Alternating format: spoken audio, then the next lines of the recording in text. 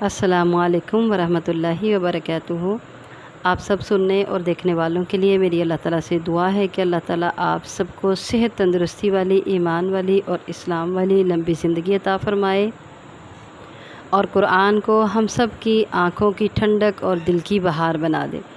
تو الحمدللہ ثم الحمدللہ ہم پڑھ رہے تھے سورہ بقرہ، پارہ نمبر 1 ہے اور سبق نمبر ہمارا 7 ہے۔ آیت نمبر 8، 9 اور 10 پڑھیں گے آج انشاءاللہ العزیز۔ تو آیت نمبر 8 پہلے پڑھتے ہیں۔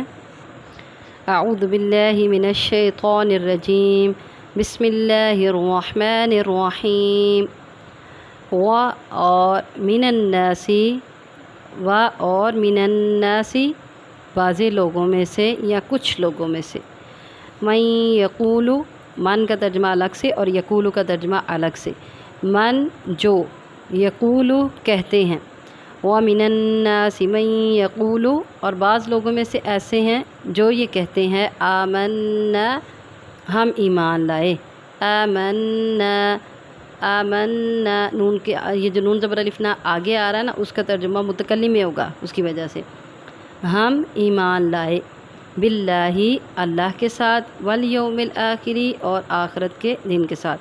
اچھا، با کا ترجمہ ساتھ بھی کر سکتے ہیں، یہاں آپ با محاورہ ترجمہ اگر کریں گے تو آپ اللہ پر بھی کر سکتے ہیں، باللہ اللہ پر، و بالیوم الآخری اور آخرت کے دن پر، یا اللہ کے ساتھ اور آخرت کے دن کے ساتھ۔ وما ہم بمؤمنین اور وما اور نہیں ہم وہ بمؤمنین ایمان لانے والے یا مومن۔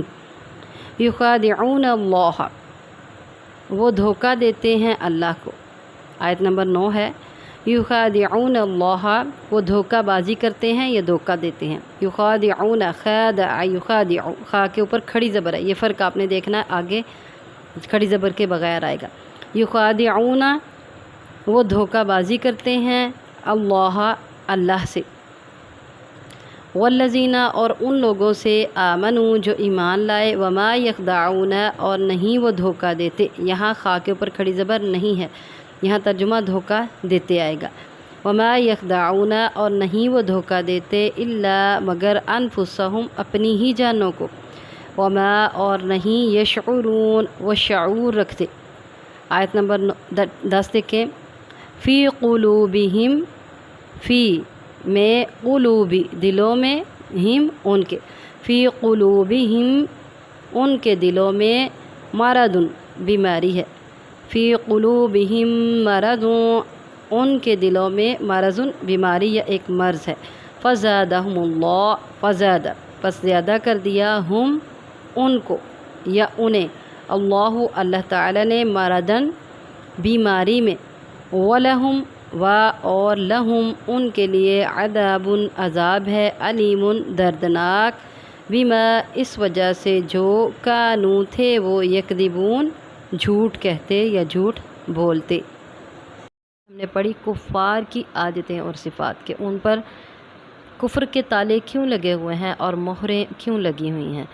اس کے بعد اب انشاءاللہ العزیز آیت نمبر 7، آیت نمبر 8 سے ہم سٹارٹ کر دیں گے منافقین کے بارے میں پڑھنا۔ منافقین وہ جو زبان سے کہتے ہیں ہم ایمان لائے اور دل میں ان کے ایمان نہیں ہوتا، نفاق کی بیماری ان کے دلوں میں ہوتی ہے۔ نفاق جو ہے یہ ایک سرنگ ہوتی ہے جو دو رخی، یعنی ایک ایسی سرنگ جو دو رخی ہو، ایک رخ سے اندر داخل ہوں، اس کے ایک طرف سے اور دوسری طرف سے باہر نکل جائے۔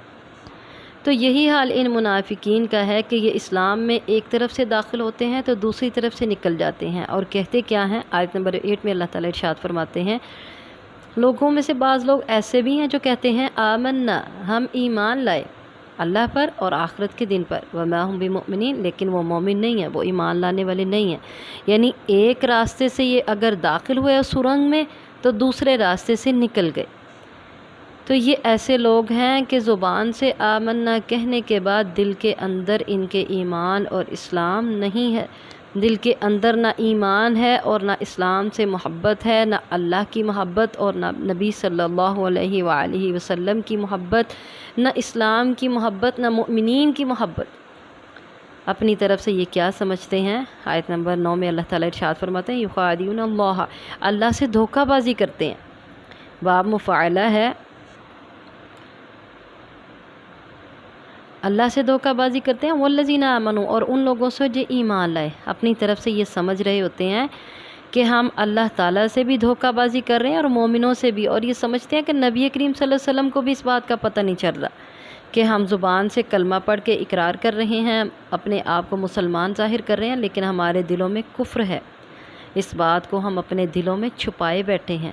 یہ منافق لوگ یہ سمجھتے ہیں کہ ہم نے اس نفاق کو اپنے دلوں میں چھپایا ہوا ہے، اور نہ اللہ کو پتہ چل رہا ہے اور نہ ہی نبی صلی اللہ علیہ وآلہ وسلم کو پتہ چل رہا ہے اور نہ ہی مومنوں کو پتہ چل رہا ہے، اور اپنی طرف سے یہ سمجھ بیٹھے ہیں کہ ہم تو اللہ سے اور مسلمانوں سے دھوکہ بازی کر رہے ہیں۔ لیکن اللہ تعالیٰ ارشاد فرماتے ہیں وما یخدعون، اور نہیں وہ دھوکہ دیتے۔ اچھا، یخادعون اور یخدعون میں فرق آپ نے نوٹ کرنا ہے۔ خا کے اوپر کھڑی زبر ہے تو اس کا ترجمہ دھوکہ بازی کرتے ہیں، اور یخدعون دھوکہ دیتے ہیں۔ چونکہ یخدعون سے پہلے ما جو ہے وہ نافیہ ہے تو نفی میں ترجمہ ہوگا، یہ میں نے شاید آپ کو پہلے بھی بتایا ہو کہ وما یخدعون الا انفسهم، اور نہیں وہ دھوکہ دیتے مگر اپنی جانوں کو۔ یہاں پھر ترجمہ یوں بھی کر سکتے ہیں کہ اپنے ہی نفسوں کے علاوہ وہ کسی اور کو دھوکہ نہیں دے رہے، تو الا جو ہے اس کا ترجمہ یہ بھی ہو سکتا ہے۔ اب آپ نے یہ بات نوٹ کرنی ہے، الا حرف استثناء اس کو کہتے ہیں، اس سے پہلے اگر ما آ جائے، جیسے یخدعون سے پہلے ما آ گیا، یعنی فعل کے ساتھ ہی ہے نا، الا سے پہلے تو فعل ہے تو فعل کس سے پہلے کی بات کر رہے ہیں، اس سے پہلے اگر ما آ جائے یا اس سے پہلے اگر ان آ جائے، ان حرف شرط ہوتا ہے، اور اس سے پہلے اگر لا آ جائے تو اس کا ترجمہ نفی میں ہی ہوگا، کیونکہ اس کے بعد الا آ رہا ہے، تو الا سے پہلے دوبارہ نوٹ کریں، ما آ جائے یا پھر ان بھی آ جائے، لا بھی آ جائے، تو اس کا ترجمہ نفی میں ہی ہوگا۔ تو وما یخدعون، اور نہیں وہ دھوکہ دیتے، الا انفسهم، مگر اپنی ہی جانوں کو، ما یشعرون، لیکن ان کو شعور نہیں، وہ شعور نہیں رکھتے، وہ خود فریبی میں مبتلا ہیں اور انہیں خود فریبی کا شعور بھی نہیں ہے۔ اصل میں وہ اپنے آپ کو ہی دھوکہ دے رہے ہیں، اور اپنے آپ کو دھوکہ دینا کیا ہے؟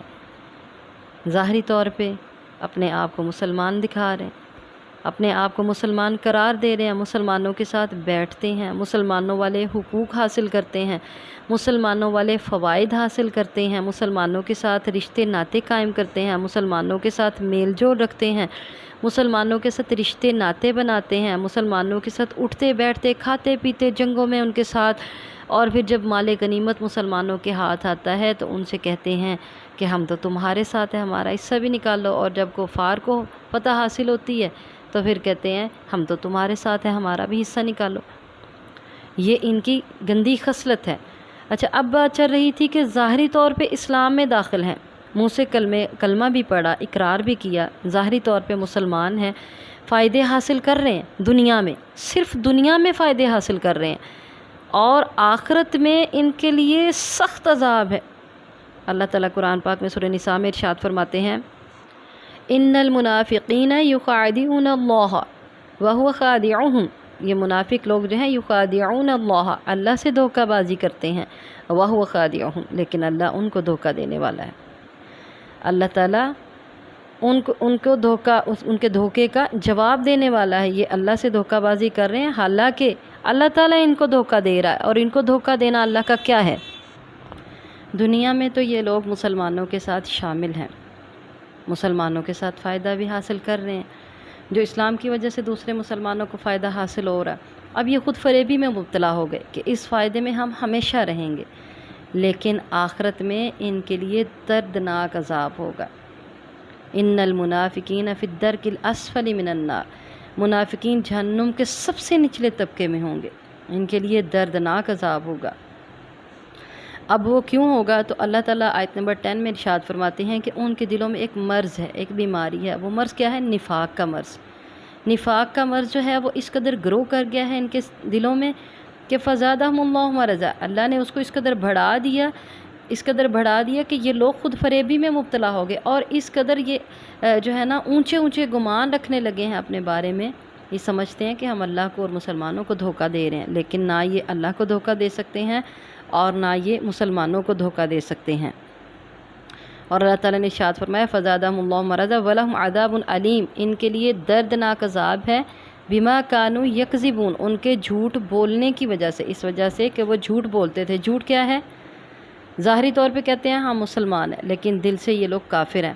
اب دردناک عذاب کیوں ہیں؟ پہلی بات تو یہ ہے کہ جیسے ہم نے آیت نمبر 7 میں، آیت نمبر 6 میں بلکہ ہم نے پڑھا وَلَهُمْ عَذَابٌ عَظِيمٌ، اور ان کے لیے بہت بڑا عذاب ہے۔ کن کے لیے؟ کفار کے لیے۔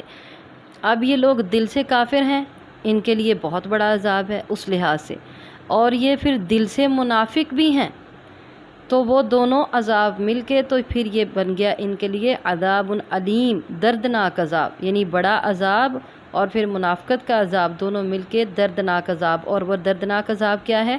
دنیا میں چاہے یہ لوگ فائدہ حاصل کر لیں، لیکن آخرت میں اللہ تعالیٰ نے ارشاد فرمایا ان المنافقین فی الدرک الاسفل من النار، منافقین جہنم کے سب سے نچلے طبقے میں ہوں گے۔ ابھی یہ بات نوٹ کریں آپ کہ آگ جو ہے نا جب جلائی جاتی ہے تو اس کا اوپر والا حصہ جو ہے نا، اس کے اوپر سے جب ہم چھوٹے بچپن میں ہوتے تھے ہم بھی یوں ہاتھ کرتے اوپر سے ایسے آگ کے اندر سے لہرا کے لے کے جاتے، تو اوپر گرمی جو ہے وہ آگ کی تپش جو ہے وہ کم ہوتی ہے اور ہم ہاتھ اس کے اندر سے نکال لیتے تھے، لیکن کیا ہم آگ کی جڑ کو ہاتھ لگا سکتے ہیں؟ چولہے کو جہاں سے وہ جل رہا ہے وہاں ہاتھ لگانا بہت مشکل ہے، اور آگ کی سب سے اوپر والی تہہ میں سے اس میں سے جو ہم ہاتھ گزار لیتے ہیں وہ آسان ہے۔ تو ان کا دردناک عذاب یہ ہے کہ یہ جہنم کے سب سے نچلے طبقے میں پھینک دیے جائیں گے۔ کفار کے لیے تو اللہ تعالیٰ نے ارشاد فرمایا نا بڑا عذاب ہے، جہنم ہے، لیکن ان کے دوغلے پن کی وجہ سے، دو رخے پن کی وجہ سے اللہ تعالیٰ ان کو جہنم کی جڑ میں پھینکیں گے جہاں تپش اور عذاب سب سے زیادہ ہوگا۔ اب اگر ہم اسی بات کو صحیح معنی میں لیں، یہ منافقین لوگ جو ہیں اگر اسی بات کو صحیح معنی میں لیں تو یہ بھی تو انسان سوچ سکتا ہے نا کہ اللہ تعالیٰ جو تمہیں وقت دے رہا ہے وہ اس لیے وقت دے رہا ہے